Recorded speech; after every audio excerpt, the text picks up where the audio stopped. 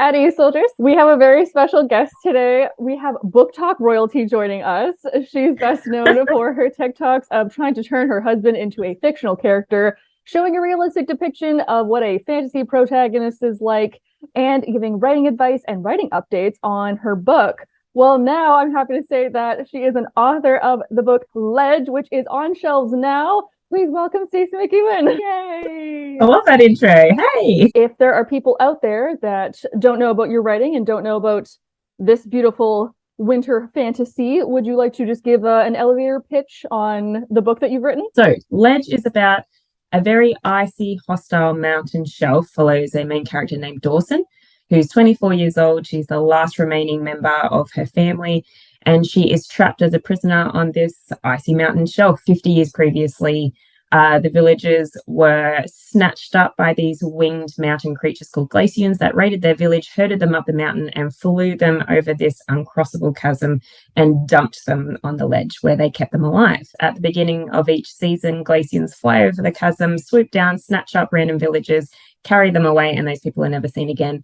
And our story kicks off with when Dawson, it's her turn to be snatched up from the ledge, and she's taken over the chasm by the glacians, dumped in a new kingdom, and there she learns out what on earth is going on. So when did you start writing this book? 2021, that lovely year, and I wrote it within about 5 or 6 months. I was very motivated, so it's probably the quickest I've ever smashed out. What was the first spark of inspiration for it? Because there's a lot of stuff in here that is so wild, but in a good way. Fantasy's always wild. Yeah. I love writing fantasy, but another type of story that I really enjoyed reading was like a survivalist tale. So I'm quite obsessed with stories about the crazy limits that humans will go to in order to stay alive, in order to survive. So I really wanted to take a crack at writing that kind of story for myself.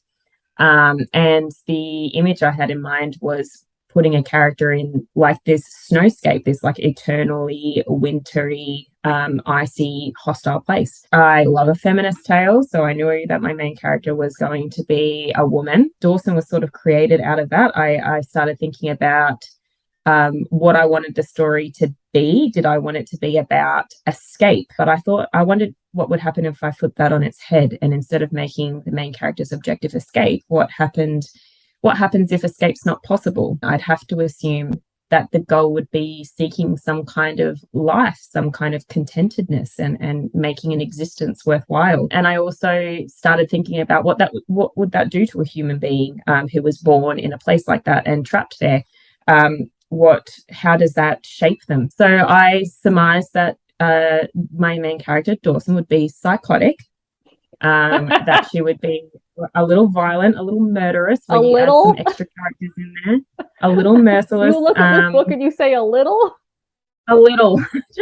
just a smidge. I love a heroine who has like a favored weapon, and an axe seemed pragmatic because she's got to use it to chop down wood for warmth. So it makes sense that she'd be well versed in the use of an axe. And I made her ruthless, but ruthless for the purposes of survival. The more I built the world, the more I kept asking myself stories. The glacians came soon after, because how did they get there? There has to be a reason why they're there in the first place. So that's where the glacians came, and from there the plot kind of unraveled. So it really just started with the thought that I wanted this woman to be trapped in this snowscape, and what would that mean? What would that look like, and where would it go? So being Australian, what made you decide to build like an icy, wintry landscape? It's sunny here and I like it. That's the main reason. And I wanted Dawson not to like it. I wanted it to be kind of relentless, and that to me sounds like the cold. I am a lizard. I just want to lay on a hot rock in the sun. I've been to the snow a couple of times, and I was that person sitting in front of the fireplace with either like a hot chocolate or a hard drink, just complaining the entire time. I mean, I'm from the west coast of BC, and which is Canada, and we get snow, but we don't get super heavy snow. But I've been up a mountain before. I've hiked in the woods in the winter time, and I totally get it. I'm like, I don't really want to be here very long. Like, I want to go back to the lodge? And yeah, don't like the cold. It just seems like a terrible place. I Canada is not a it really does. place. Not Canada, the ledge. Don't make fun of Canada like that. So I'm almost done this book. I love following Dawson and Ryan, the way that they like interact and bounce off each other. And I recently just like bookmarked a page. I will not sift through her choices and dispose of the ones that make me afraid. They are not mine. And I really, really love that, how the two of them kind of come together and like they're a dynamic power team, but they like both respect the other's decisions and are like going forward like with each other in mind, but also like with their own agenda in mind. And so like that's really great, because a lot of the times when a love interest is introduced, no matter how badass and hardcore our main character is, usually they tend to like wane in favor of the love interest being really badass. And so I love in here that like both of them are have their own strengths and they're building each other up. The combination of Dawson quite literally just being too terrifying to oppose. And the other half of it is that, like you said, usually characters like this, the male is the dominant one, the one that's, and maybe not necessarily in every interaction, but when it comes to the other character's safety, the male becomes this dominant, possessive person that will do whatever like anything that they have to do to keep them safe, to keep them out of any kind of danger, whether it be small or large. But I didn't think Dawson would tolerate any male who did that to her. She's never needed help in the past. She wasn't raised with male figures in her family. So it's a mixture of what Dawson needed in a love interest, and also I just don't believe that Ryan's character would have opposed her in her quest. She has very good reasons for going on the mission that she's going on, and I just didn't see him as the type of character who would do that, who would stand in her way. And they're similar in that regard. Like you said, he has his own agenda, his own quest, his own objectives, and he wouldn't want her to stand in the way of those. So that's one of my favorite things between them, is that they end up being a true partnership. And at first it's reluctant, and in the end and at some point it becomes quite necessary, and then in the end it's wanted. They want to be partners. Dawson is also terrifying, and I love that about her. It's like she has her axe, she is swinging that thing around, and I love how Ryan is just like always shocked whenever, like at one point, I think when they like first meet, she like throws the axe at him, and he like dodges at the last minute, and then it's like oh my god, like like Dawson is one of the most capable characters that I've read in a really long time. Did you do any like axe throwing or like sword fighting classes to like get in her character? Because I feel like your writing of her doing that is like really intense and like really knowledgeable. So like you was there anything there that like inspired that? Huh. No, I tricked you, which makes me happy. It's not in anyone's best interest to give me a weapon. No, just lots of internet research. I watched a lot of silly slow motion action movies of people that had axes, but I also just did a lot of research into like the anatomy of an axe and of a sword and how it's held and how it's used, and just made sure that when I wrote it down on paper, making sure that that action sequence actually made sense without just completely overwhelming the reader. I mean, I'll also say I am in favor of axe throwing. I have done it before. It's very fun. And I had no idea what I was doing either, but you get the instructor that shows you how to do it, and you get the double axes, and then you get like the big axe, you get the little one, and it's just like I've never felt so much like a fantasy protagonist than I did in that moment. So if anyone, it sounds very empowering. It was great. Yeah. I want to pivot a little bit and talk more about like Booktok and writing as a whole, because that's where we are the most often. So how did Booktok affect, or how did getting big on Booktok affect your writing? Were you writing before Booktok and then that just kind of happened to parallel where you were going, or did you join Booktok and then were really inspired and kind of went from there? Like how do those two things Which came first, the chicken or the egg? In terms of Ledge, Booktok came first. I'll clarify that because that makes no sense. Mm-hmm. I've been writing for a long time. It's not like writing is not new to me, but just not writing well or with any kind of rigor, and kind of thinking that maybe one day the goal would be to have a published book, but realizing that that's kind of a pipe dream and that it's likely not to happen. There's like over 5,000 new but it is happening. I know, dream come true. It's hugely competitive if you're someone who's self-publishing for the first time for example. So it seemed to me like self-publishing was not something I could pursue. So therefore, traditional publishing seemed like the only road. And that's even harder in some regards. But I joined Booktok in the pandemic, like we all did, and got brave enough to start sharing some content, miraculously generated a following.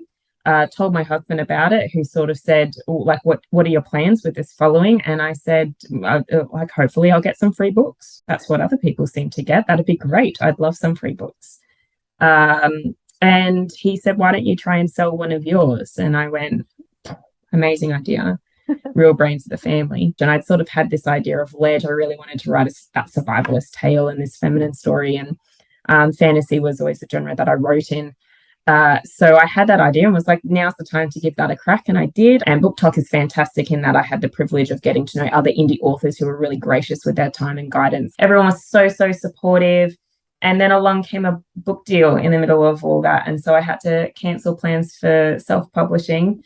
And I took up the book deal instead. It's been such an enjoyable process. And this is it's really gratifying to sort of get to now, which the book's launched, and sort of know that this is what I want to do. Like this is the career for me, and I'm very, very lucky. And I have Booktok to thank for that, because that's where it all started. Also, quick shout out to Angry Robot Books, which is your publisher, because they are wonderful. Okay. Yeah. So Booktok loved your book.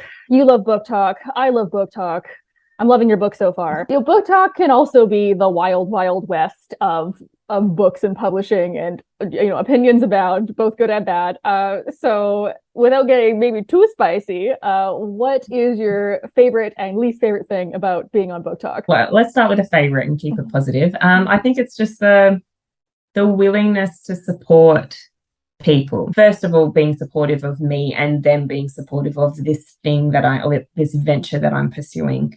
And for no reason at all. Like, when you think about it, it's incredible to me that I can post a TikTok just saying, I'm writing a book and it's going to be good, and not telling them anything else. And having people in the comments say, please update us, let us know where we can pre-order it. Like, that's amazing. Mm-hmm. So I think that's my favorite thing, is just the banter and the community. I love Booktok is extraordinarily loyal. And I especially, I've met so many fantastic people, and people now that I consider my friends, like close friends, just from commenting on a video one time. I remember I've been following, subscribed, and whatever the youths say for TikTok. Whatever the vernacular is. I don't know. I'm an elder Gen Z, so I'm not fully, up with the hip lingo that the kids are using. I remember actually seeing the TikTok that you posted when you said, yeah, I think I'm going to write this book. I have an idea for a book. Is it going to be good? I don't know, but I'm going to write it. And I was like, nice. Right. And then, here we are a couple years later, I'm holding it, which is really rad. Exactly. It's just so bizarre. Talking to you, that's so fun to just be like, there's a real person behind this thing. And, I feel the same way about you, because you were one of the first Booktokers I think I came across too. I was she's a model and she reads, and she's got this fancy bookshelf, and she has book reviews. I love that. Such is the power of Booktok. I got sucked in immediately. And it was such a great community. It really was. It was such a safe place to just joke around and have fun. And that was a place that I could do that without there sort of being any kind of backlash. Now we know that that's not the case. And I think that's because since the pandemic first started, and Booktok, the conception of Booktok and things like that. And with that comes this broadened scope of opinion. TikToks will do well if they are entertaining. It means that people who are seeking views have learnt that if they are controversial, they are most likely to get those views. And sometimes that's at other people's expense. Whilst there's super important conversations that I think are good to have on Booktok with regards to book content and the publishing industry in general, and authors, and things that can be problematic and be harmful to minorities, those are important conversations, but sometimes they're drowned by the drama of it and the argumentative nature in the comment section. I just tend to stay away from that. I don't know about you, but I tend to just try and keep my page just about being a dork, just making fun of myself, but making fun of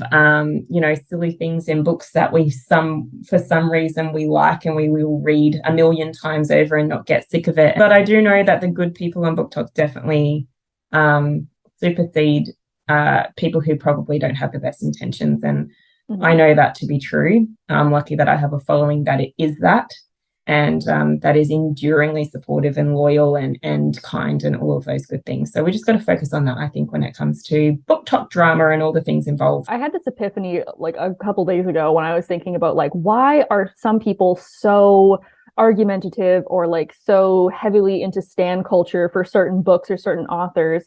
And I think it's because like if you don't like a foundation by, you know, this drugstore brand, if you don't like it, that doesn't really matter because you know it's a brand and like, you know, they're just making products. But if you hold up a book, you know, that's somebody's work like directly. Yeah. And so if you're holding their direct work and you can also go to the Instagram page of the actual author and like see them living their life, I think that's why people get so attached. And like, don't get me wrong, I am also attached to many authors, and most of these people back here I'm attached to. If I say I don't necessarily like this book, it wasn't for me. I'm not trying to say that the author's a bad person or that like this is the worst thing to ever come out of media ever. We see that a lot on Booktok, people reviewing books, and they might be reviewing a book that they just didn't connect with. You know, it wasn't a match for them. And I truly believe that any book that I've read and decided that I don't like, that to me doesn't make the book bad, because there's another person out there that loves that book. One of my favorite books is like, it's very weird. So I know a lot of people don't like it. And so, but I'm like, I can't be mad because, you know, it meant a lot to me, and it like you just don't like that style of writing, and that's totally fine. Like, and I get that it feels personal, right? It feels personal sometimes when we have a book that we believe was a masterpiece, and then we see someone else dragging it, you know, tearing it to shreds. Like, you open the comment sections of those videos, and the comments have devolved into an argument about whether or not that book is good or bad, instead of appreciating that perhaps it's neither, and perhaps it's just this piece of artwork that wasn't meant for all of us, which is dangerous territory. We don't know that person. We only know that this book that they've written, unless they've spoken publicly and have been problematic, we don't know their true thoughts and feelings. We only know the story that they wrote. And not liking a story doesn't equal not liking an author or their character. Thing that I think of a lot on Booktok, because there's such a variety and like a range of people and ages and demographics, is when you review a book is to think of like, is it for you?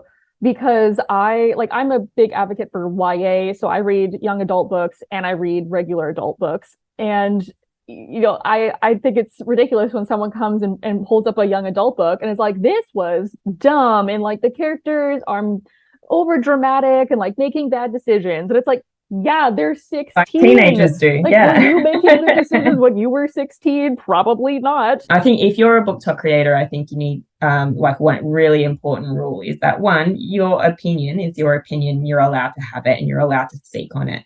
But we need to remember that there are authors on the other side of them. And there's a big difference between doing a book review for the intention of just airing your opinion and hoping that your followers, because your followers want to hear it, or making a TikTok that's perhaps controversial in the hopes that in harming someone else, you will collect some clout. So this has been fantastic. And when I upload this, it's release day or maybe the day after, depending if I get to editing this in time, because it's going to be part of a series. Is there any maybe like update that we could get on what you're working on currently? Yes. So I've just finished the first draft of book 2, which is very exciting. So we're just beginning to edit now. If you're someone who's purchased Ledge, then if you look on the back pages, you'll see a little announcement there about book 2. So I'll leave that for the people that have bought it so that they can see it first. Planned to be released, a little tentative date is September of 2023. So in a year's time, book 2. And we're going to wrap this up real quick. But before we go, I have to ask the most important question of the evening. Stacey, what is your favorite writing snack? TimTams. I don't know if they're widely available in Canada or the US, but in Australia, it's pretty much unpatriotic to say anything else. But what you have to eat like a corner, just like nibble a corner off, and then diagonally across you nibble that corner off, and then you have to stick it in your cup of tea and then drink it through the Tim Tam, and it melts all the inside. So it's like a really cookie straw? Yeah. Oh, okay. So in Canada, or at least where I am on the West Coast, there are Tim Tams, but they're in like the special like foreign grocery aisle. The Like exotic the aisle. international foods. Yeah, You know what? Maybe after they're I the bomb. finish this, maybe I'll need to eat a pack of chocolate cookies. Because I'll be sad or upset. Who knows? Okay, well, thank you very much for spending, I believe it's your morning and my evening doing this. I really appreciate it. And congratulations again on the release. Ledge is now out on shelves. If you're watching this, you can go and buy this with your money dollars, online or in store. So I guess Great. lastly is where can people find you? They can find me at Stace Bookspace on Instagram and TikTok, and on Twitter I am McEwan_Stacey.